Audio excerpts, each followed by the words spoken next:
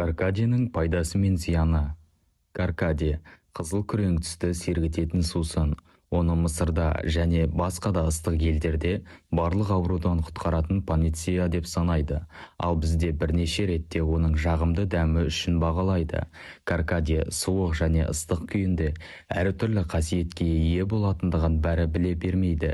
Ендеше Каркадия шайының пайдасы мен зиянды тұстарын ұсынамыз. Сіздермен бірге сау ағза арнасы. Достар, видеоны 90% көрермендер каналға тіркелмей қарайды екен. Қазақша контентті қолдап, ол үшін арнаға тіркеліп, қолдау білдіріп, лайк басып, қоңыраушаны баса кетіңіз. Сіздің оп-оңай болмашы әрекетіңіз бізді шабыттандырады. Каркадияның пайдасы. Каркадия гибискус гүлінен дайындалатын сусын. Каркадияның құрамында көптеген пайдалы микроэлементтер бар. Мысалы, магнийдің арқасында ол жеңіл тыныштандырушы, түйілуді басатын қасиетке ие және зат алмасуды ретке келтіреді. Сонымен қатар оның құрамындағы кальций мен фосфор сүйектерді, тісті және шашты қатайтуға және темір қаназдықты болдырмауға көмектеседі. Бұл сусынды ыстық күні қатты терлейтіндерге немесе тамақтан уланғандарға ішу ұсынылады. Себебі ол калий мөлшерін қалпына келтіруге көмектеседі. Каркадияның құрамында А, С, РР және Б тобының дәрумендері көп. Ол қан тамырлар қабырғасын қатайтуға ықпал етеді. Авитаминоздан құтылуға көмектеседі. Жүйке жүйесін реттейді. Күйзелістен қорғайды және көңіл күйді көтереді. Оның құрамындағы барлық микроэлементтер, дәрумендер мен қышқылдар жинағы миға жақсы әсер етеді. Сондықтан бұл сусынды емтиханға дайындалғанда ішуге болады. Каркадия қысымды ретке келтіріп, ағзаның жалпы жағдайын жақсартады. Алайда одан дайындалған ыстық сусын қысымды көтереді. Суық сусын қысымды төмендететінін ескеріңіз. Тек сау адамдарға ол бейтарап әсер береді. Каркадияның зияны. Каркадияның пайдасы оның зиянды тұсынан басымдырақ. Алайда, оның да кез келген өнім секілді қарсы көрсетілімі бар. Каркадияны жоғарғы қышқылдыға, гастрит немесе жараның ұлғайған түрі бар адамдарға абайлап ішу керек. Оны несеп тас немесе өт тас ауруы кезінде қолдануға болмайды.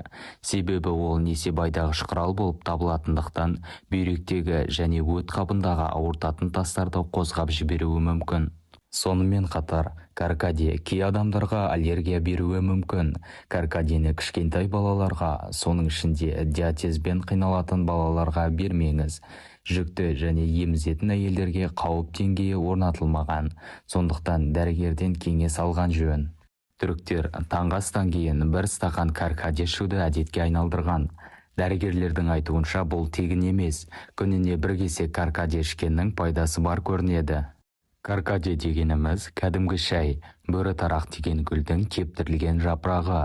Соны қайнатып, суытып ішсеңіз, шөл қандырады, әрі ағзаға пайдасын тигізеді. Каркадияның құрамында калий, кальций, темір мен магний, селен сынды минералды заттар мен антиоксиданттар, яғни қатерлі ісіктің алдын алушы болады.